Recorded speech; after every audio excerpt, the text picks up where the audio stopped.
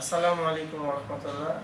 ভাইয়া খুব সুন্দর একটা প্রশ্ন করছেন যে দেখেন আমরা ছোটবেলা আগে দেখতাম 64টা জেলার থেকে প্লেয়ার আসতো কম্পিটিশন করার জন্য। যখন প্লেয়ারগুলো আসতো দেশ বিদেশ থেকে, তারা কম্পিটিশন করতো, দিলের ভিতরে একটা আস্থা রাখতো। আর দেখেন এখন 2026 একটা লেটেস্ট ডিজিটাল দেশের আইসাও দেখেন 64টা জেলার থেকে কোনো প্লেয়ার আসে না। কেন আসে না? চিন্তা করে যে আমরা হলো ন্যাচারাল, তারা হলো স্টোরেন্ট। তার জন্য একটা ভয় কাজ করে, তার জন্য তারা কি করছে, পিছিয়ে চলে গেছে। 90% বডি ফিল্ডার এখন ন্যাচারাল, তারা খেলতে আসেন একমাত্র স্টোরেলের ভয়ের কারণে। আর একটা মানুষ যখন স্টোরেল নেয়, স্টোরেল এখানে শেষ না, এর মধ্যে কলম তার আরও অনেক খরচ আছে, একটা বেবুল খরচ হয়। একটা মানুষ যখন কম্পিটিশন করে 2 থেকে 3 লাখ টাকা তার বডিতে ইনভেস্ট করে।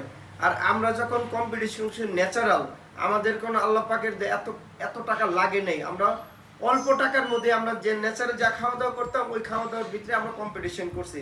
ভাই আমরা কি মিস্টার বাংলাদেশ হই নেই? আমরা কি মিস্টার ঢাকা হই নেই?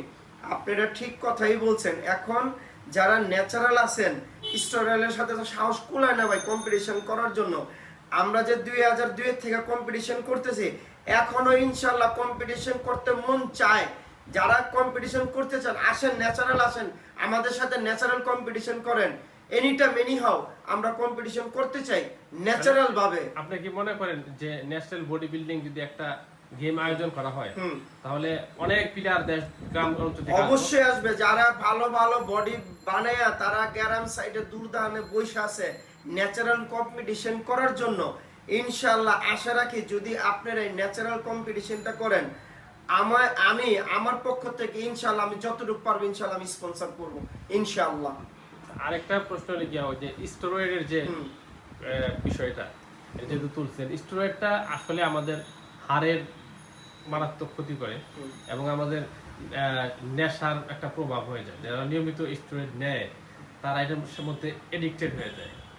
আবার পয়সারও একটা ব্যাপার, এই এত পয়সা দিয়া নিজের জানের উপরে জুলুম করে গেম করা, এটা তো সবাই চাবে না। অনেক মানুষ ধরেন সুস্থ মস্তিষ্কের অনেক মানুষ বলবে যে আমি এটা দরকার নাই।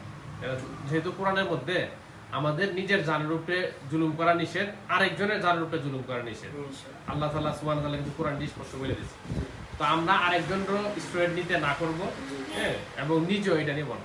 স্বাস্থ্যকর উপায়ে যতটুকু আমরা চলতে পারি আমাদের উদ্দেশ্য আর কি। এখন কেউ যদি স্টুডেন্ট নিয়ে তার এনাফ পয়সা থাকে, তার এনাফ শক্তি মনে করে যে আমার এটার পরবর্তীতে এটারে মেনটেনেন্স করার জন্য মেডিকেল ট্রিটমেন্ট সহ অন্যান্য যা আছে তার এবিলিটি আছে, সে নিতে পারে। এর জন্য দুইটা খেলা হইলে ভালো আমার মনে হয়। একটা যেটা আপনি বললেন ন্যাশনাল বডি বিল্ডিং হইলে, আর এমনি যেটা স্টেরয়েড নিয়ে যেটা নিবে ওইটা একটা হইলে। আর আরেকটা বিষয়, গ্রাম অঞ্চলে আগেও ছিল, এখন যেভাবে নেশাগ্রস্ততা মানুষের বাড়ছে, আমার মনে হয় গ্রাম অঞ্চলের মানুষের খেলার সুযোগ করে দেওয়ার জন্য এই স্টুডেন্ট মুক্ত একটা ন্যাশনাল বডি বিল্ডিং প্ল্যাটফর্ম করে দিলে অনেক মানুষ আসতে পারবে। এটাই ঠিক। ন্যাচারাল ভাবে একটা কম্পিটিশন করা প্রচুর পরিমাণ দরকার আমাদের। তো সবাই ভালো থাকবেন। আসসালামু আলাইকুম ওয়া রাহমাতুল্লাহ। জাযাকাল্লাহ।